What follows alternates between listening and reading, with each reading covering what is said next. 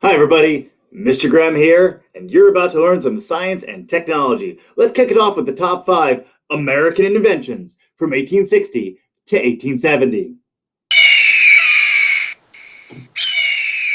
Number 5, quad skates. There were skates at this time in American history, but they were what you and I would know as inline skates.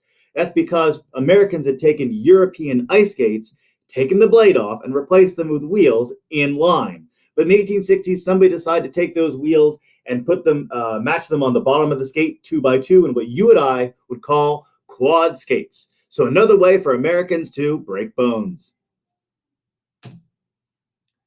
Number 4, the ratcheting wrench. As a byproduct of the American Industrial Revolution, fasteners like bolts, nuts, and screws became standardized. That meant if you had a half-inch bolt you wanted to tighten or loosen, you could go to the shop and get a half-inch wrench.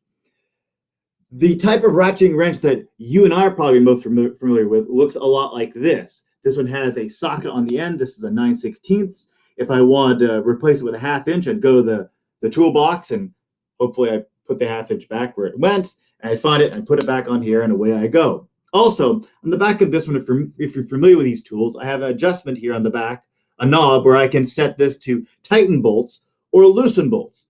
This one worked a little bit differently, however. As you can see in the center, we have this big square cutout, and then these inserts that you'd put into the cutout section in the middle. These inserts would correspond with the nut or bolt that you had to fasten, loosen, or tighten. Also, this wrench only ratcheted in one direction, so you'd tighten nuts or bolts this way. If you wanted to loosen them, you'd flip the wrench over and use it basically upside down. Number 3, the spar torpedo.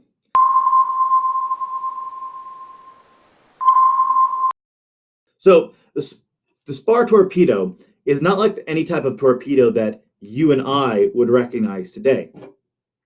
The spar torpedo was basically a bomb on the end of a big long pole. And what you do is you can imagine here is you take your ship, this is the H.L. Hunley, you'd ram this bomb into an enemy ship, reverse your ship, pull the bomb off of the big long pole, and hopefully get away before, it exploded. A lot of the times, now this picture doesn't show it, but a lot of the times, these types of torpedoes would have a big spear on the front of it, and so the spear would help this bomb stick into the hull of the enemy ship, so it stayed there, it didn't, fall off before it exploded. So number 3 is the spar torpedo. Number 2, the jelly bean. There were lots of American confectionery treats at this time that were small and bite-sized and had lots of flavors, but the term jelly bean was coined or patented in the 1860s. And interestingly enough, the man that invented the jelly bean suggested that you buy bags of the jelly beans and send them to your favorite Civil War soldier fighting on the front lines. And the number 1 invention, the refrigerated car.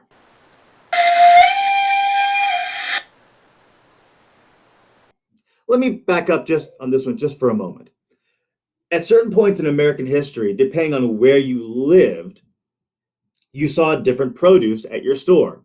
For example, if you lived in the northern part of the United States and you went to your store, you typically didn't see things like bananas and oranges. Those are more tropical fruits that grow in warm areas. If you live in the north, you don't live in a tropical area, and you don't live in one of the warmer growing states. So going to the store and seeing a tropical fruit was kind of a big deal. But in the 1860s, the refrigerated car was invented. That meant that you could take perishable goods like meats and fruits, put them in a car, refrigerate them, keep them fresher longer, and send them to bigger markets, even markets in the north, or after 1869, out west by rail car. Thanks for watching, everybody.